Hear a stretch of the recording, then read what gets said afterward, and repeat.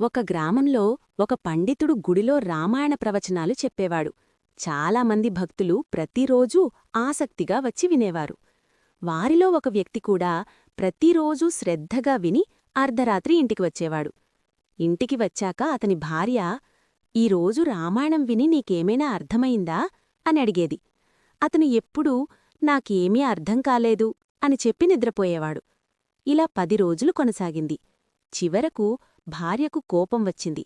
ఆమె ఒక గుండ్రటి రాయినిచ్చి, "దీనితో నీళ్లు తీసుకురా" అని చెప్పింది. భర్త వెళ్లి రాయిని నీళ్లల్లో ముంచినా అందులో నీళ్లు నిలవలేదు.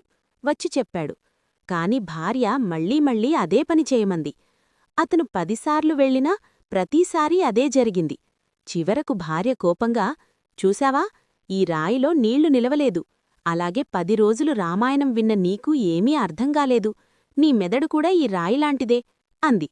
అప్పుడు భర్త ప్రశాంతంగా, "అవును, ఈ రాయిలో నీళ్లు నిలవవు. కాని 10 సార్లు నీళ్లల్లో ముంచడం వల్ల దీనిపై ఉన్న మురికిపోయి ఇది శుభ్రపడింది. అలాగే నాకు రామాయణం అర్థం కాలేదు కాని వింటూ ఉండడం వల్ల నా మనస్సు శుభ్రపడింది, ప్రశాంతంగా ఉంది" అన్నాడు.